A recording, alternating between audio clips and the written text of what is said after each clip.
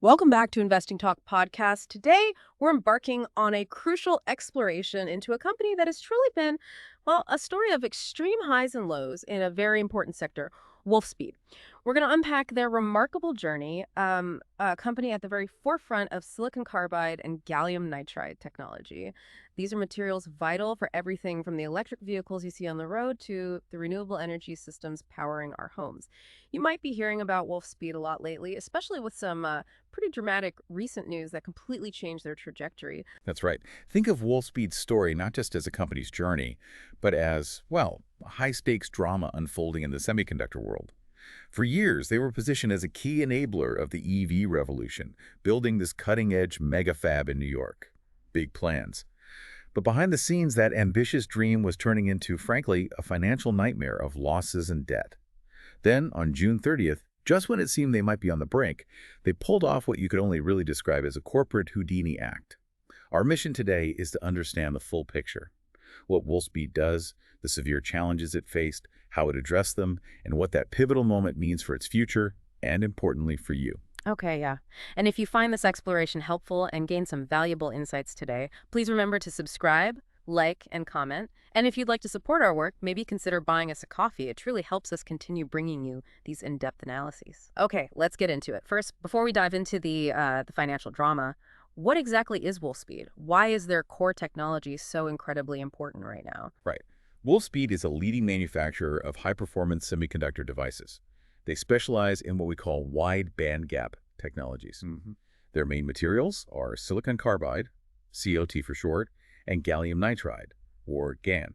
And these aren't just technical terms, they really represent a fundamental leap beyond traditional silicon-based semiconductors. The wide band gap basically refers to the energy needed to get electrons moving. In simple terms, these materials can handle much higher voltages, operate at way higher temperatures, and switch much faster than silicon. And that means significantly less energy loss, greater efficiency, and you can make smaller, lighter components. It's a big deal. So when we talk about real-world impact, where do these advanced materials actually show up? How do they, change things for us? They're really integral to the backbone of modern infrastructure. They're driving this global push towards electrification and energy efficiency. Think of it this way.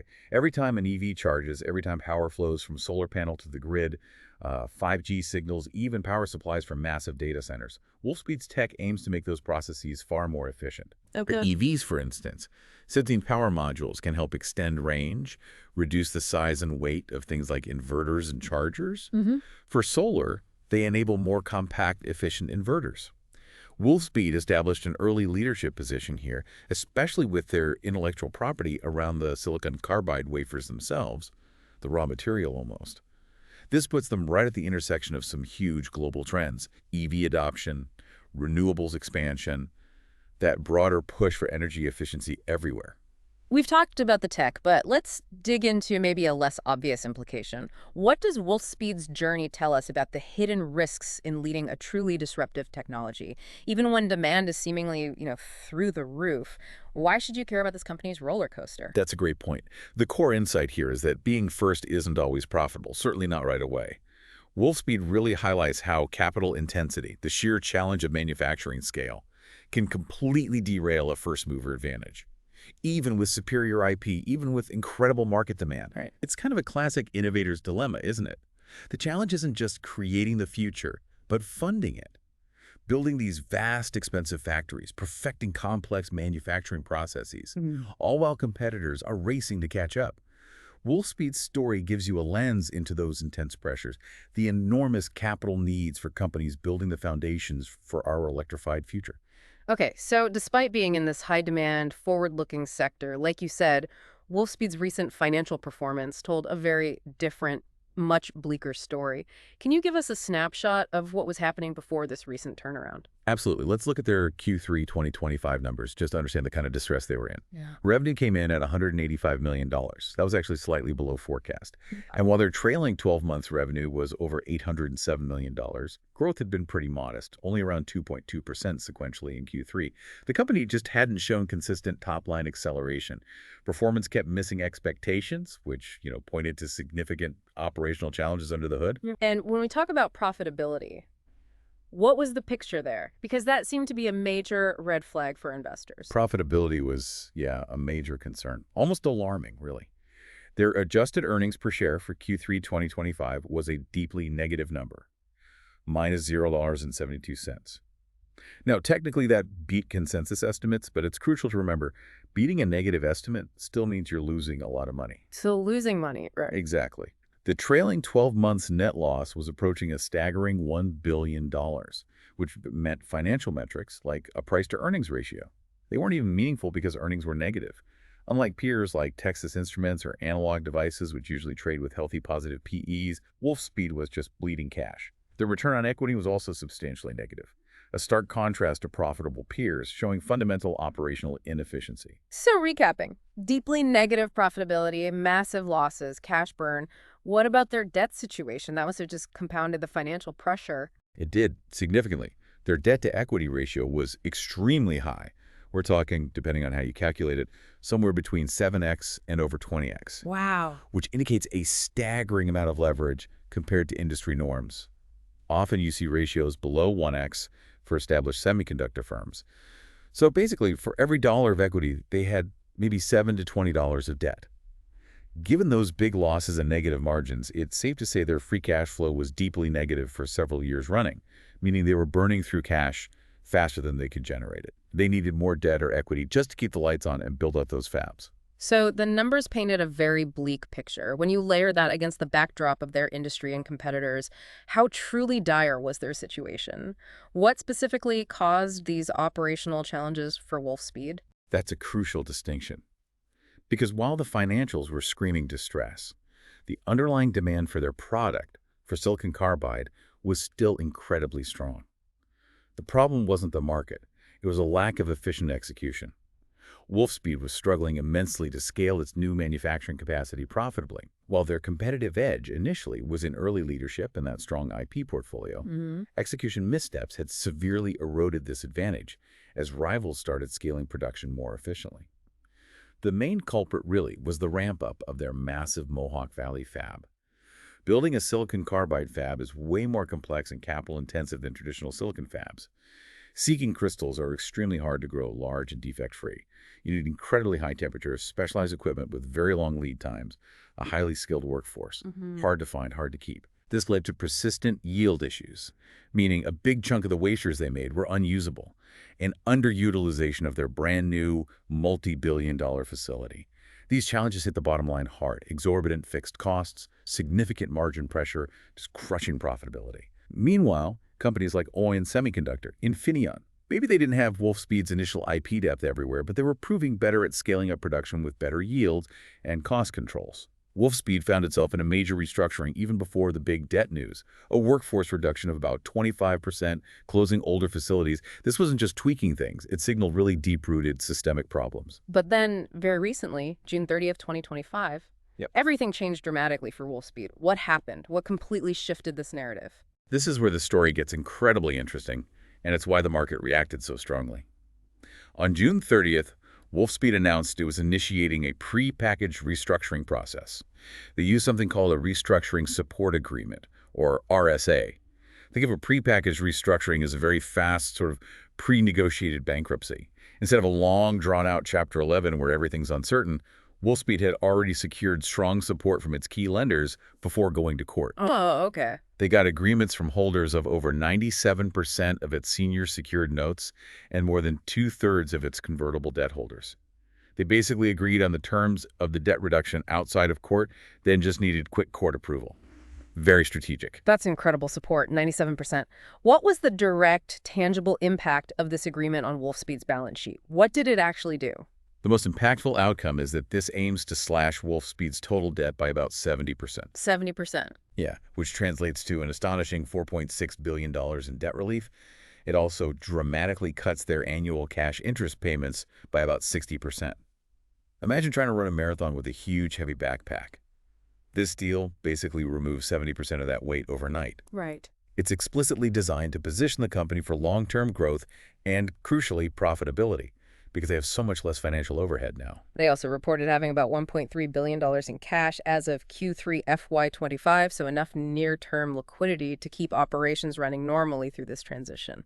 It's striking to see such a rapid shift in investor sentiment after that decisive action. How did the market react? And, for the cynical listener, isn't this just maybe a dead cat bounce? The company was fundamentally struggling operationally, right? Debt reduction doesn't automatically fix that. What's the counterargument? The market reacted with immediate and, frankly, powerful optimism. Following the news, Wolfspeed's stock surged over 150% on July 1st. Trading volume spiked hugely. It reflected this profound sense of relief and renewed confidence. But your cynicism is well placed. That's a vital question. Right. A debt restructuring doesn't magically fix operational issues or, yield rates at a fab. The counterargument, though, is that by removing that crushing $4.6 billion debt burden and slashing interest payments, Wolfspeed is freed from the immediate existential threat of insolvency. Okay.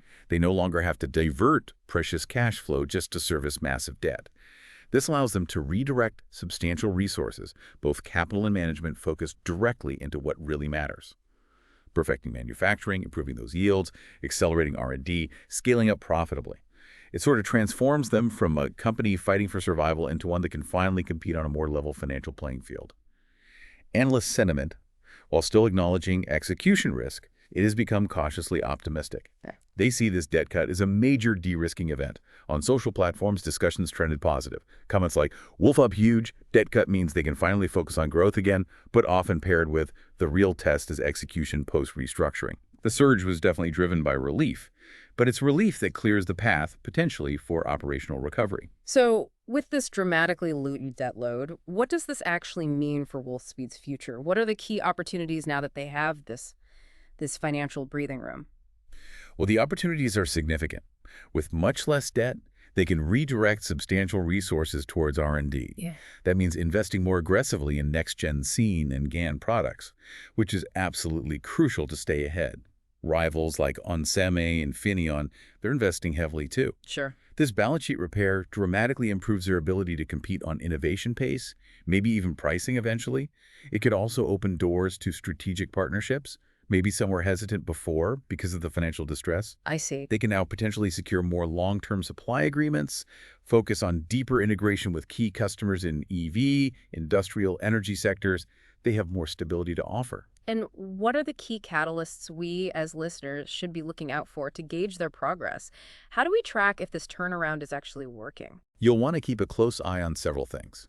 First, look for more details and, importantly, tangible results from their facility expansions, especially updates on capacity utilization and, critically, yield rate improvements at Mohawk Valley. Yields, yeah. Higher yields directly mean better margins. That's key. Second, watch for any new product launches, especially those using their next-gen C and GaN processes, particularly in high-growth areas like 800-volt EV platforms or advanced power grid tech. And, of course, upcoming quarterly earnings reports will be critical. Pay close attention to their margin trajectory, gross profit figures. Are they consistently improving utilization? Are costs per wafer coming down? Those will be the real indicators of the operational turnaround taking hold. So the path seems clearer, but it's not all, clear sailing, is it? What are the primary risks that still remain on the horizon for Wolfspeed, even after this impressive restructuring? You're absolutely right. Significant risks remain. The number one risk is still execution. Can they complete this restructuring smoothly without disrupting operations or losing customer confidence? It's a massive internal undertaking. Beyond that, you've got broader macroeconomic uncertainties. Interest rate volatility could still impact capital markets if they need more financing later. Trade disputes could affect supply chains or demand. More specific to their industry, maybe a slowdown in EV adoption or increased competition from the big semiconductor giants could impact demand. And delays or continued cost overruns in scaling up those new facilities, that could still hurt margins. Yeah. The competition isn't standing still, and this industry is notoriously tough, capital-intensive, cyclical. This exploration really reveals a company that, despite facing these enormous operational and financial challenges that would sink most companies, has taken this bold, decisive, maybe somewhat unorthodox step to fundamentally change its financial structure.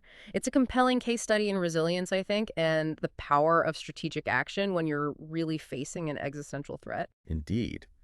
And while the market has reacted overwhelmingly positively to this financial de-risking, The story for Wolfspeed now is truly about execution. Can they translate this dramatic balance sheet repair into sustained profitability?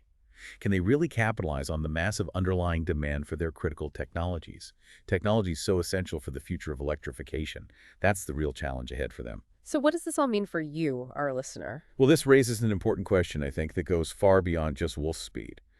What does this kind of dramatic financial restructuring, driven by strong lender support, a prepackaged bankruptcy, what does it mean for other high-growth, capital-intensive tech companies?